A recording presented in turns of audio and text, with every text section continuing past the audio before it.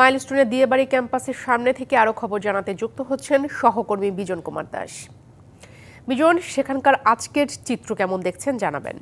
প্রিয়াকুণ্ড, আমরা সকাল থেকে এই ক্যাম্পাসে অবস্থান করছি। আমরা দেখছি সকালে বিমান বাহিনীর একটি বড় টিম তারা এখানে পরিচ্ছন্নতার কাজ শুরু করেছেন এবং কিছুক্ষণের মধ্যেই তাদের কাজের বিষয়বস্তু নিয়ে সাংবাদিকদের ব্রিফ করার কথা রয়েছে।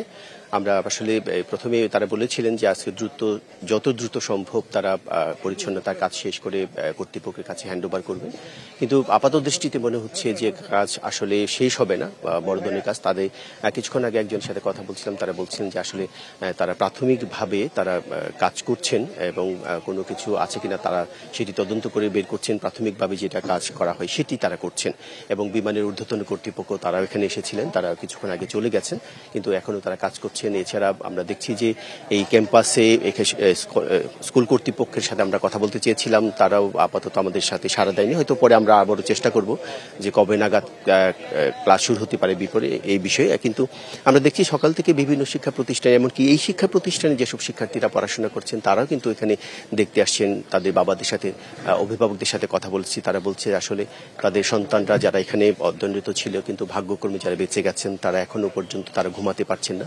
জীবন বীমা কর্পোরেশন নতুন নতুন পলিসি চালু করে আসছে। জীবন বীমা কর্পোরেশন। বিমানের শব্দ শুনলে তারা আটকে উঠছেন। আসলে তারা বলছেন যে মানসিকভাবে যে একটা কাউন্সিলিং এটা খুবই দরকার এবং কয়েকজন ডাক্তারও এখানে আসছেন, তাদের সাথে আমরা কথা বলেছি। তারা বলছে আগে তাদের কাউন্সিলিং করতে হবে, তাদের মানসিকভাবে প্রস্তুতি নিতে হবে, তারপর স্কুল কর্তৃপক্ষ সিদ্ধান্ত নিতে পারে যে ক্লাস কবে নাগাদ শুরু করবে। তবে এখনই ক্লাস শুরু করার আর বিষয়ে তারা একমত নন। আমরা যেমনটি জেনেছি যে মাইলস্টোন কর্তৃপক্ষের আরও অনেকগুলো ক্যাম্পাস রয়েছে, ঢাকা এবং ঢাকার বাইরেও তাদের ক্যাম্পাস রয়েছে। অন্যান্য শিক্ষা প্রতিষ্ঠানে কাজ স্বাভাবিক রয়েছে, তাই কতটুকু আমরা জানছি।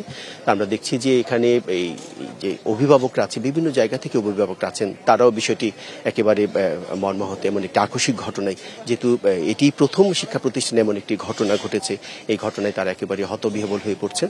তো আমরা এখানকার কর্তৃপক্ষ যার বিমান বাহিনী তারা ব্রিফ করবেন আসলে কবে নাগাদ তারা কর্তৃপক্ষের কাছে হ্যান্ডওভার করতে পারবেন, সে বিষয়টি হয়তো পরবর্তী খবরে আপনাকে জানাতে পারবো। বিজন, আপনাকে ধন্যবাদ।